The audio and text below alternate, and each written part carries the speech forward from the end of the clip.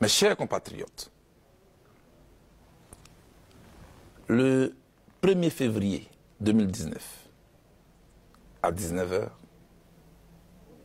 les portes de la prison sont ouvertes pour le président Laurent Gbagbo et moi. Aujourd'hui, je peux enfin m'adresser à vous en homme libre. Pendant ces longues années de détention, j'ai sans cesse pensé à vous, à vos familles, à tous ceux qui vous sont chers, ainsi qu'à notre bien le plus précieux que nous avons en commun, notre pays, la Côte d'Ivoire. Si le fil du dialogue a été rompu par les circonstances que vous savez, rien de vos questionnements, de vos inquiétudes relatives à l'avenir de notre nation ne m'ont échappé. Pas plus que les douleurs qui vous ont affligé et qui continuent malheureusement de vous habiter aujourd'hui encore, semblant jeter un voile épais sur l'avenir. Notre avenir que nous sommes pourtant obligés de réinventer ensemble. C'est ce dialogue que je renoue aujourd'hui avec vous tous, sans exclusive. Quelle qu'a été votre opinion sur ce que j'ai vécu? Que vous m'ayez accablé ou que vous n'ayez jamais vacillé dans la confiance placée en moi, je suis heureux, très heureux de me retrouver en votre compagnie, en homme libre. Je conçois que dans notre pays ballotté, martyrisé par une tempête si féroce et interminable, chacun a eu 1000 raisons d'être mécontent et de se laisser gagner par la rage et la haine. Pourtant, ici et maintenant, mon message à votre endroit est d'abord un message d'apaisement. Ensuite, ce que me dicte mon cœur en ce moment, c'est de vous dire toute mon affection. Ma singulière et profonde affection. En vous l'exprimant, je ne vous rends qu'une infime partie de soutien et de l'immense amour que vous avez bien voulu me témoigner pendant ma détention. C'est pourquoi, à vous tous, singulièrement ceux dont il m'a été impossible de répondre aux nombreux messages de soutien, d'encouragement et d'invitation à tenir bon, je voudrais dire un grand merci. Je suis entré en prison nue. J'en sors, l'esprit en paix, le cœur plein d'amour, les bras chargés de ce que vous m'avez offert.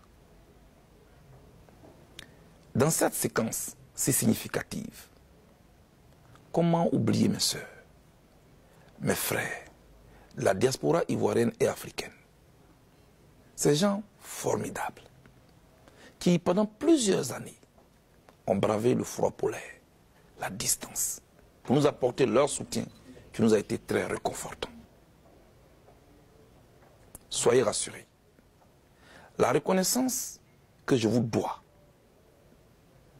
elle est à nulle pareille. Merci. 1000 fois merci. Que le Tout-Puissant vous rende au centuple tous les efforts que vous avez fournis et tous les sacrifices que vous avez consentis pour nous. Chères sœurs, chers frères, aussi cruelle qu'a été l'épreuve que notre pays a vécue, fidèle à mon engagement de ne jamais être du mauvais côté de l'histoire, je n'encouragerai aucune tentation de vengeance, ni aucune velléité de revanche. Parce que, en définitive, de vengeance à vengeance, de revanche en revanche, cela ne fera que précipiter notre pays dans l'abîme, dans le chaos. Bref, dans un déclin irréversible.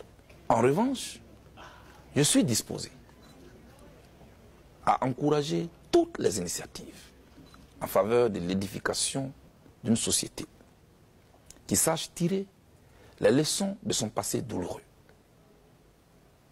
Pour moi, même si les circonstances de l'histoire nous ont imposé cette crise qui a retardé le développement de notre pays et qui continue d'endeuiller de nombreuses familles, nous ne sommes pas obligés de prolonger ce conflit.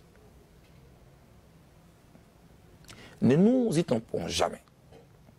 Les sociétés qui avancent, les pays qui engrangent d'importantes victoires sur le marché concurrentiel de développement sont ceux qui savent tirer les enseignements, tous les enseignements, des événements douloureux qui jalonnent leur histoire et forgent leur communauté de destin. Chers compatriotes, mon engagement pour la paix et la réconciliation n'obéit à aucune démarche intéressée ni à aucune tactique politicienne. Il est sincère et appuyé sur des convictions fortes, ayant pour but de faire grandir notre pays. En effet, au regard de notre actualité sociopolitique, chaque jour, les murs de méfiance gagnent en épaisseur et en hauteur. Le fossé social, quant à lui, et c'est peu dire, continue de se creuser avec une obstination que rien ne semble arrêter. Et manifestement, vous semblez à nouveau habité par la peur. Cette grande hantise qui accompagne, comme d'habitude, les processus électoraux ivoiriens semble encore de retour. Est-ce une fatalité? Non, absolument pas. Une simple observation permet de comprendre que dans les pays présentant le même profil que le nôtre, où toutes les énergies sont organisées et tendues vers le développement, sont ceux dans lesquels ont été résolus les crispations, les tensions et les conflits relatifs aux fêtes démocratiques. Un exemple. Au Ghana voisin, l'organisation des élections est aujourd'hui un fait banal de la vie nationale. Chères sœurs, chers frères, chacun doit comprendre que le fonctionnement de notre démocratie naissante doit se faire autour de règles impartiales, au service de la quiétude des populations. Nous devons travailler à doter notre pays d'institutions fortes et crédibles qui puissent traverser le temps et non des institutions assujetties aux intérêts immédiats du parti au pouvoir. Est-ce si difficile, comme au Ghana, d'arriver à une normalité électorale? Certainement pas. D'autant plus que les problèmes qui empêchent nos élections d'être incontestables sont connus de tous. Ne manque que l'engagement pour les acteurs politiques ivoiriens les plus en capacité de changer les choses, d'accepter d'associer leur nom pour toujours à l'histoire de ce pays. Malheureusement, je sais qu'ils s'en trouveront pour moquer un tel rêve. C'est cela, la diversité d'opinions, que je respecte, des postures du moment et d'une absence de projection vers le futur. Néanmoins, permettez-moi encore une fois d'insister et d'espérer qu'avec un peu de bonne volonté, d'engagement et de détermination, les fils et les filles de la Côte d'Ivoire se parlent de nouveau pour ramener notre pays sur les rails de la paix, gage de tout développement. Ainsi, nous pourrons envoyer à tous nos partenaires extérieurs le signal que nous sommes des best places où investir en toute confiance. Notre pays en a besoin. En ce qui me concerne, je ferai ma part. Et comme je l'ai toujours répété, je serai un instrument au service de la paix et de la réconciliation dans mon pays. Savoir reconnaître ses erreurs, assumer ses responsabilités, quelles qu'elles soient, voilà la voie vers la rédemption.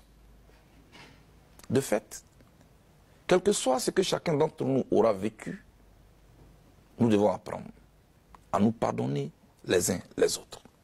Et je le répète, quel que soit ce que chacun d'entre nous aura vécu, nous devons apprendre à nous pardonner les uns les autres. Pour moi, le pardon est une étape inévitable à la reconstruction d'une Côte d'Ivoire nouvelle. Une telle démarche serait la démonstration de notre grandeur d'âme, l'âme ivoirienne. Elle est aussi, et vous en conviendrez aisément avec moi, l'un des plus grands signes d'espoir. Ensemble, nous devons construire notre pays dans le respect de nos différences d'opinion, de religion et de provenance géographique. Tout comme nous devons inscrire notre engagement et notre culture politique dans une compétition saine, c'est-à-dire débarrassée de toute violence et surtout loin des armes. À cet égard, je voudrais affirmer ici, aucune ambition politique, aussi noble soit-elle, n'est au-dessus de la vie des Ivoiriens, d'aucun Ivoirien. La vie, elle est sacrée. À mes yeux, ce sont nos différences qui enrichissent le débat politique et confèrent à la démocratie toute sa beauté et tout son sens. Chers compatriotes, il est vrai que ma détention a été physiquement éprouvante. Cependant, elle n'a aucunement altéré mon moral. D'ailleurs, l'espoir de nous voir tous unis de nouveau dans notre beau pays ne m'a jamais quitté. Un pays qui procurera à chacun et à tous ses enfants les meilleures opportunités de vie, une meilleure éducation, des soins médicaux appropriés, une justice équitable et un environnement qui garantisse la sécurité de tous. Que Dieu nous bénisse, que Dieu bénisse la Côte d'Ivoire. Je vous remercie.